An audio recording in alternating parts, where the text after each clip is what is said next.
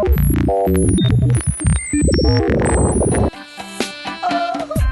is better than paradise? Nothing.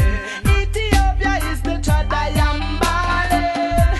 Little children listen words uplifting. Hear the truth and sing it loud.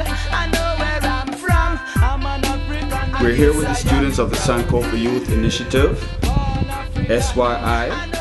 SYI is the Study Abroad program. We have 3 students going this year, 2016. We're going to introduce them to you, starting from my left to my right. My name is Bakar Hankins. I'm 13 years old and I'm going to be a freshman at H.A.B.E.S.H High School. My name is H.A.B.E.S.H Murray. I'm 15 years old and I'll be a senior at BLAK IWA High School in the fall. My name is Mary Katswat Murray. I'm 14 years old and I'll be a sophomore at Dr. Phillips High School in the fall. Okay, it's been 1 year now since y'all have been preparing for your trip to Africa. Tell me, how has this year been? This year so far has been exciting, just learning about what we need to learn to go to Africa, to get ready for Africa. Learning some of the languages, learning some of the ancient history in Ghana. It's just been exciting so far. I can't wait for this trip. Well, this year has been interesting to say the least. When I first got accepted into the program, it was kind of like surreal at the start. I knew I was going to Africa, but at the same time I was like, it didn't really click in my head yet. And then we started learning about the history of Ghana and started discussing, and then I started to get to know my peers better. And then as they were coming down, we started preparations, started packing, started getting our things together, and now it's starting to feel real. I am going to Africa. I am going to Ghana.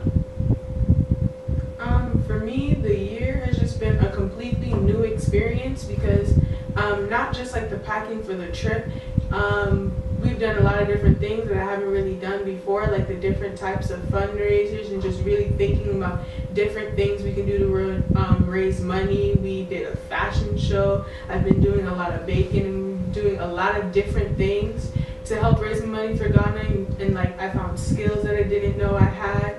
And then coming up to the trip, like at first it was just like, okay, yeah, I'm going to Ghana. But then it was like, yeah, I'm going to Ghana. And we bought the ticket and we're packing. I'm like, I'm going, Okay, in your year of preparation, you said that you've learned a lot about Ghana, Africa. What is, not going to say the most important thing you've learned, but what is the one thing that you've learned during the year of preparation that stands out in your mind the most? Starting with my right. Stands out the most.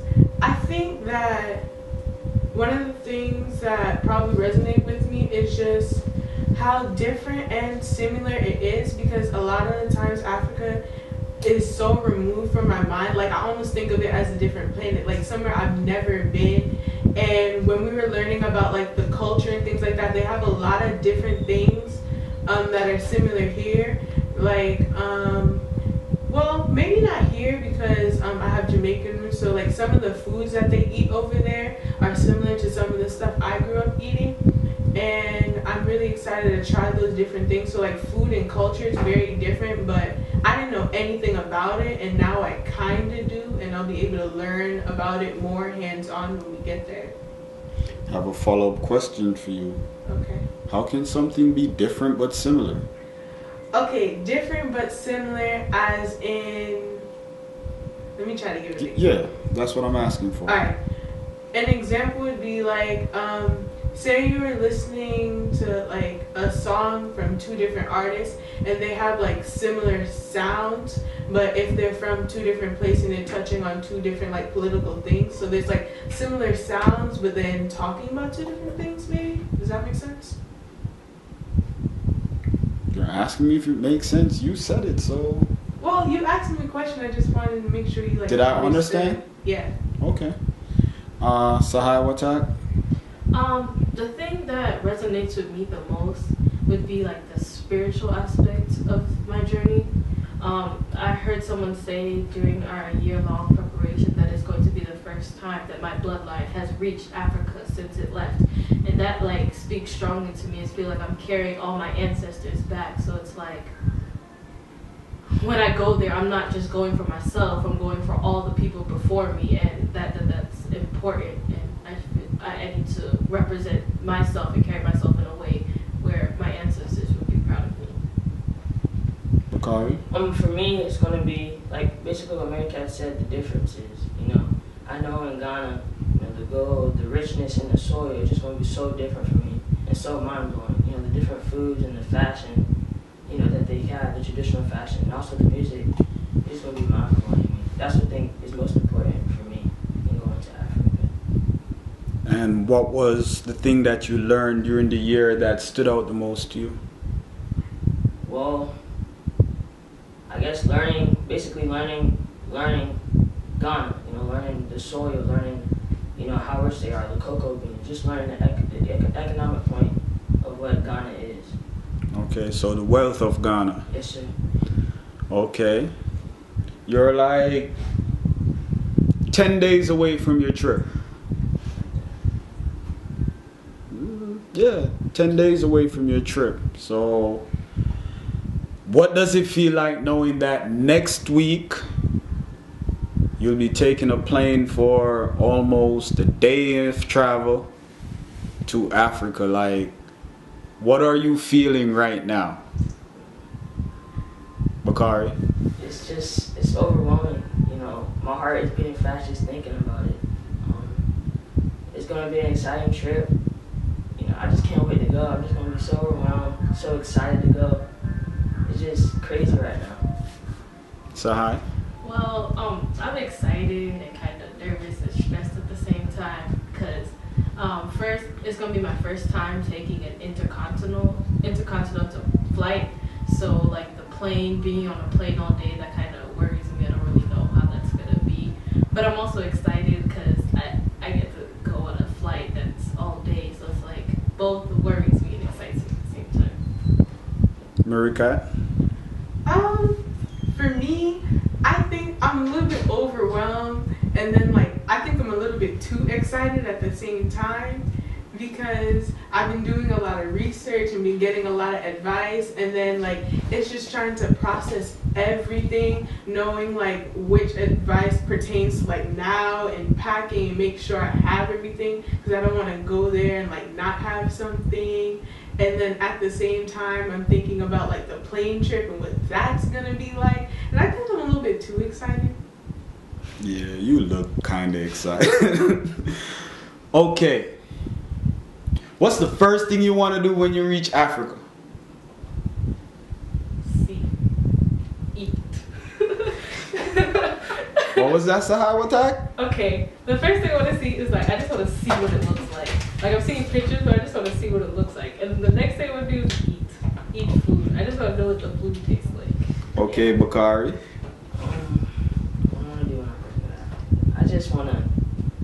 First thing, when you get off the plane and if somebody asks you Bakari, if you could do anything right now, what is it you want to do? What's the first thing you want to do? I'm just gonna just stand and just walk around, just feel how it feels like to be in Ghana. Maybe take my shoes off and just feel, the traditional, not traditional, but just feel the earth. So just grounding with the soil, just okay, feel what it's like to be in Africa, literally. Yeah. Okay, Marika, to what? Okay, mine is a little bit similar to Bakari, but it's gonna be strange for me. But someone told me that when I go to Africa, I should bury my feet in the dirt, take off my shoes and bury my feet in the dirt to ground myself in the land, because Africa is one of the places that haven't moved at all, and just ground myself in Africa. So I suppose that's what I would like to do. Okay, so grounding. Yeah. Sahai want food. Mm-hmm. Okay. What are your expectations of the trip like? You've been preparing for a whole year now. You got a week to go. What is it individually you would like to get or learn? Like when you come back, what is it you would not want to come back without, whether seeing, hearing, doing, tasting, or what is that thing that it's like you feel like is a must for me in Africa? Something that's definitely a must for me in Africa, well, I'm an artist, and something about art is perception, and like when you do art, you're kind of a creator or a god of your own kind because you're creating something. I definitely have to take in Ghana and take in the sights so I can create for myself and bring back a piece of Africa for the people I'm coming back to. So whether it's I want to like meet maybe some artists over there, see some of the Ghanaian art, and I want to create a piece in there, like while I'm in the environment, like just take a piece of Africa with me and bring that back to my peers. So I wouldn't want to go without doing that. Okay, so how one time? The one piece that I want to bring back with me is music. I want to go to college to study music, so having a background and listening to the sounds of different instruments they use and everything, I would want to have that even as a background when I go to college, just to study. I have some background in music, in otherworldly music, but than the American music that's here. Okay. What I like to do is I like to experience, the traditional architecture in Ghana, because that's what I see myself in the future being, an architect. So I want to, get to experience the architecture, maybe meet up with some, Ghanaian architects in Ghana, so I can take that back. So when I experience or go on my journey, or go on, to be an architect, I have that in my mind. Earlier Mirikat said that about fundraising. How has it been knowing that you had to pay your way to Africa? First, were you surprised that you were able to raise so much money? And what has that taught you about yourself? The whole fundraising process. Starting with Bakari. It's very surprising. Knowing that raising $3,000. The process has been tiring. Kind of sucks, fundraise. But knowing that it's for a good cause to take yourself to Africa. So, it's kind of half and half. You will want to do it because you're, using the money to go to Africa, but, not begging people, but, asking them to, donate for money for you to go to Africa. It's kind of, Now, how does that feel knowing that you did that for yourself? It definitely feels great, to know that I'm going to the motherland because, I earned, to go to the motherland. It feels great. So how about that? Well, fundraising $3,000 is a lot of money. Sometimes it was hard trying to be like, oh, I want to buy something, but I can't because I have to save it. I'm going to Africa. And even that, it taught me a lot of new skills that I didn't know I had. And being able to raise that much money for myself, I know even when I think about things in the future, oh, I want to go here. I raised $3,000 to go to Africa. I can do that now. So it's just like, it taught me a lot about myself, one, and it taught me that things aren't as hard as they seem. And if I can put my mind to do something, I can do it. Very good, Duane. Fundraising this $3,000 made me definitely feel like I earned my trip. It didn't feel like someone paid for me. It felt like I earned it, because like at my school, a lot of times they have trips where they like take a group of students to Europe. It's like $4,000, $3,000, and their parents pay for it. But I can say I took myself to Africa, and it'll be very true. I'm surprised that I was able to do it. It definitely took a lot of restraint, holding myself back when I wanted to buy something or go somewhere, and like budgeting and all those type of things. I definitely learned, and it's made me really excited, and I'm kind of in awe of myself a little bit, Okay, so from what I gather from everybody, it taught you all discipline in how you spend your money, what to spend on, and it also gave you the confidence, or gives you the confidence to know that you did it, and if you need to do something similar that costs a lot of money, you have the confidence that you could fundraise and get yourself there. Okay, and finally, to your peers, what would you want them to know? Like, I'm a 16, 17-year-old. You're going to Africa? Why? And also,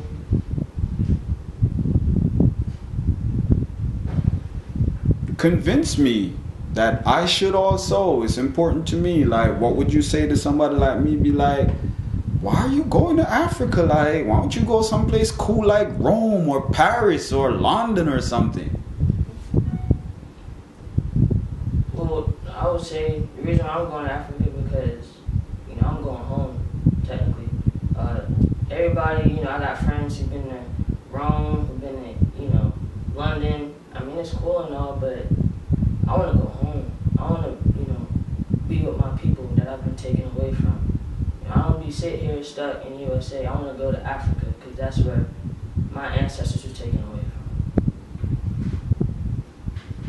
from. For me, what I would say is when you go to places like Rome and Paris, you don't see much people that look like you.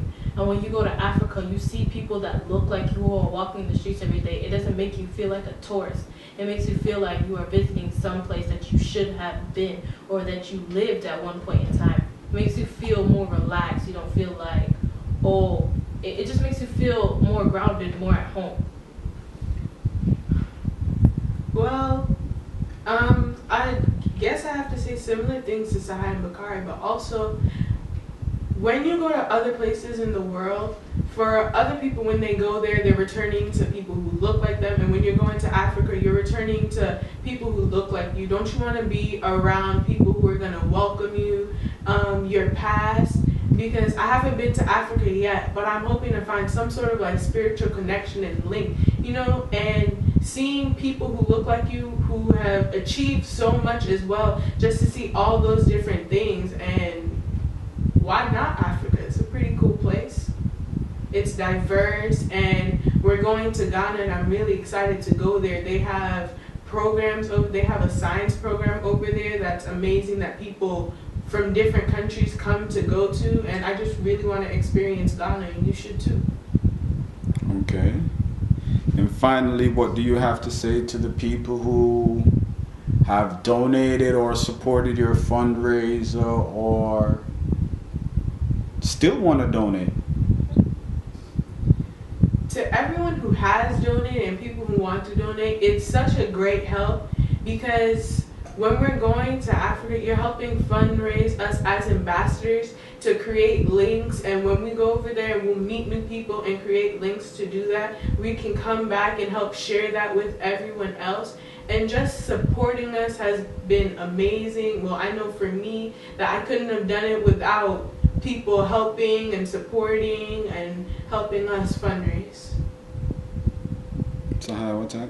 Okay, I just want to say a sincere thank you to all my supporters and all my donors who have helped me fund for this trip, even my friends who have been amazing supporters, helping me, supporting me, even with my fashion show and everything. My donors, no matter how much work I put in, how much work I put to sell and make all these things, I can't actually sell any of it without you people buying it. So thank you. You've really changed my life and helped me get to go home, get me to a place where I can finally discover my true self. I would just like to say, give thanks, you know, to my friends and my family, because without them, I wouldn't be able to go to, you know, paradise. You know, you guys were very generous and very thoughtful of me to be able to go. So I just want to say thank you. It's a dream come true. And still have another week to go, so if somebody still want to support you, how can they?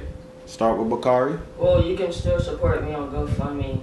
My name, B-A-K-A-R-I, Bakari. You'll be able to find it back to my roots on my GoFundMe. You you can still support me or donate to my page by going to www.gofundme.com/TSAHAY. TSAHAY. So that's twice? TSAHAY? No. Sahai? No, I was just spelling it again in case it was Okay. the first time. I'm going to type it up and put it on the screen so Okay. that... Okay, you can support me at my GoFundMe, www.gofundme.com/MaryKat. That's MIRRIKAT. Okay. Now, I want to thank you all for granting me this interview. I'd like to say, as one of your SYI teachers and longtime teacher of all y'all in the African Kulcha School, I'm very, very, very proud of you. And I hope you appreciate, or I'd prefer to say appreciate. I hope you appreciate the magnitude of what's about to happen to you, just the magnitude of the experience. And still, I hope for you to take it real lightly. Just go and full joy. Let your spirit be your guide. And we will do this again when you return. Thank you very much. Thank you. That's it. What is better than paradise? Nothing.